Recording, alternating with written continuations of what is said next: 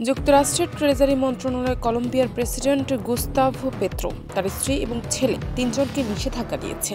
মার্কিন ট্রেজারি মন্ত্রী Scott Bessent শুক্রবার এক বিবৃতিতে বলেছেন, প্রেসিডেন্ট পেত্রো ক্ষমতায় আসার পর থেকে কলম্বিয়ার কোকেন উৎপাদন বেড়েছে, যা যুক্তরাষ্ট্রে বিপজ্জনক মাত্রায় প্রবেশ করছে। এলএমই সার্টিফাইড বিশ্বসেরা কপারে তৈরি ওয়ালটন কেবলস, যা আপনার স্থাপনাকে রাখবে সব সময় নিরাপদ। বিবৃতিতে মার্কিন পক্ষ দাবি করেছে, পেত্রো মাদক ব্যবসায়ীদের পৃষ্ঠপোষকতা করেছেন এবং তাই যুক্তরাষ্ট্র কঠোর পদক্ষেপ নিয়েছে।